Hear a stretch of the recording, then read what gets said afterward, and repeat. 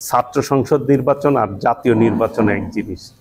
নির্বাচন করতে দিব না, এটাই কিন্তু জনগণের বিপক্ষে কথা, এবং নিজেদেরকে ফ্যাসিবাদদের যে মানসিকতা চরিত্র সেটাকে তারা নিজেদের মধ্যে ফুটিয়ে তুলছে। মূলত আজকে আমাদের ইউনিয়ন বিএনপির সাধারণ সম্পাদক মগরা ইউনিয়ন আনিসুর রহমান উত্তম তার সহধর্মীকে গত রাতে দুষ্কৃতিকারী সন্ত্রাসীরা কুপিয়ে হত্যা করেছে, যেটা আপনারা ইতিমধ্যেই অবগত হয়েছেন, দেশবাসীও অবগত হয়েছে। আমি এই হত্যাকাণ্ডের তীব্র নিন্দা জানাই, প্রতিবাদ জানাই, এবং এই সন্ত্রাসী কর্মকাণ্ডের বিরুদ্ধে আজকে আমাদেরকে ঐক্যবদ্ধভাবে কাজ করতে হবে, যে বিশেষ করে টাঙ্গাইলে যাতে আর কোনোভাবেই এই জায়গায় কোনো সন্ত্রাসীরা কোনো প্রশ্রয় না পায়। প্রশাসনের ভাইদের দৃষ্টি আকর্ষণ করছি, তারা যাতে প্রকৃত অপরাধীকে ধরে ন্যায় বিচারটি করে। ভুক্তভোগীরা ইতিমধ্যেই ন্যায় বিচারের জন্য কথা বলেছে। এই ধরনের মা বোনদের উপরে ইতিপূর্বে কোনো মহিলাকে এইভাবে কোপানো হয়েছে আমাদের অন্তত টাঙ্গাইলে এই ধরনের কোনো ঘটনা ঘটে নাই। প্রশাসনের ব্যর্থতার কারণে এই ঘটনাটি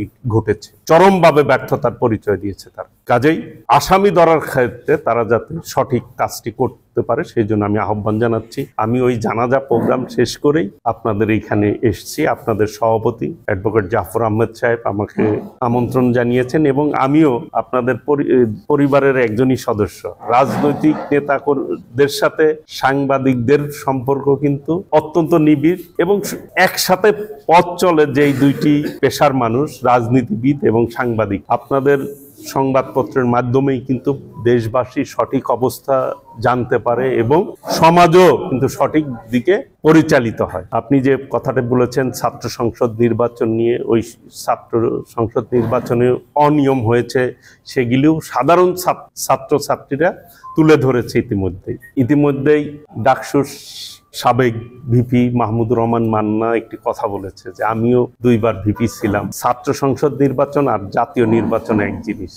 কাজেই মাহমুদুর রহমান মান্না যেই কথাটি বলেছে, যে আমি মনে করি যে দীর্ঘ 17 বছর আমাদের নেতাকর্মীরা নির্যাতন নিপীড়নের শিকার হয়েছে, তারা সঠিকভাবে ক্যাম্পাসগুলিতে কাজ করতে পারে নাই। আপনারা দেখেছেন যে একটি গুপ্ত সংগঠন, তারা কিন্তু তাদের রূপ চেঞ্জ করে তারা কাজ করেছে, এবং জিএস প্রার্থী ওই নিষিদ্ধ সংগঠনের পদ ছিল, তার হাইকোর্টে রিটও হয়েছিল এই ব্যাপারে। তো কাজেই যারা গুপ্তভাবে কাজ করে তারাই কিন্তু অনিয়মের পথ বেছে নেয়। বাংলাদেশের মানুষ কখনোই কারচুপি হোক কোনো পর্যায়ে মানুষ এটি মেনে নিতে পারে না, গ্রহণ করতে পারে না। বাংলাদেশের মানুষ 14 সালে ভোট দিতে পারে নাই, 18 সালে পারে নাই, 24 সালে পারে নাই। এই যে মানুষের অধিকার যে তারা তাদের পছন্দ মতো প্রার্থীকে নির্বাচিত করে, সেই ক্ষেত্রে যখনই যে প্রতিবন্ধকতার সৃষ্টি করেছে, অনিয়ম করার চেষ্টা করেছে, তারাই কিন্তু পরবর্তীতে জনগণ থেকে বিচ্ছিন্ন হয়েছে। আশা করি যে আগামী দিনেও যারা এই অনিয়মের সাথে সম্পৃক্ত থাকবে, অনিয়ম করবে, মানুষের অধিকারকে হরণ করার চেষ্টা করবে, তারাই জনগণ থেকে বিচ্ছিন্ন হবে, জাতি সেটি বিচার করবে।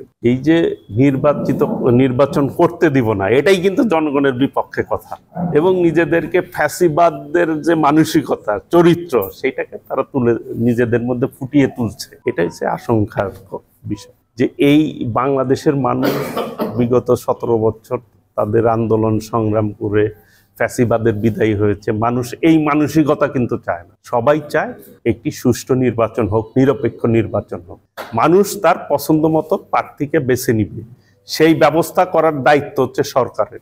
নির্বাচন বানচালের জন্য বিভিন্ন কথা মানুষ এর আগেও বলেছে, ষড়যন্ত্র করছে। যারা ষড়যন্ত্র করে কখনোই গণতন্ত্রকে বাধাগ্রস্ত করা যায় সাময়িকভাবে, কিন্তু দীর্ঘমেয়াদে গণতন্ত্রেরই বিজয় হয়। আশা করি এই দেশের মানুষ ঐক্যবদ্ধ রয়েছে।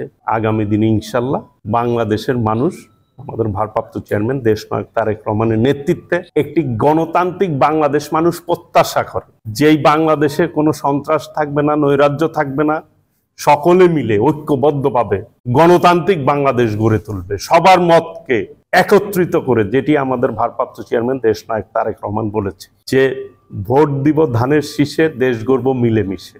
এবং 31 দফায় র্যাম্বোর নেশনের কথা বলা হয়েছে।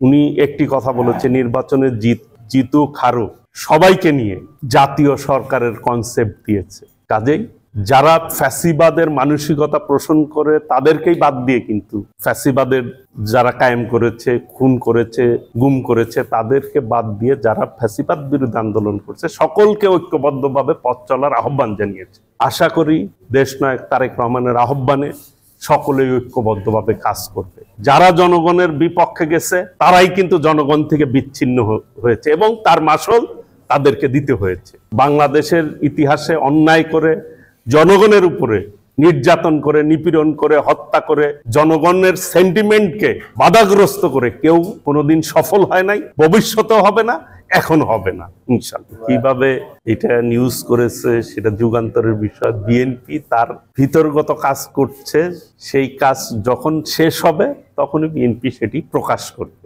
কাজেই পত্রিকায় রাজনৈতিকভাবে অনেকে অনেক নিউজ করবে, এটাই স্বাভাবিক। রাজনীতির বিষয়গুলি ভিতর থেকে তুলে আনে কিন্তু সাংবাদিক অনেক ক্ষেত্রে।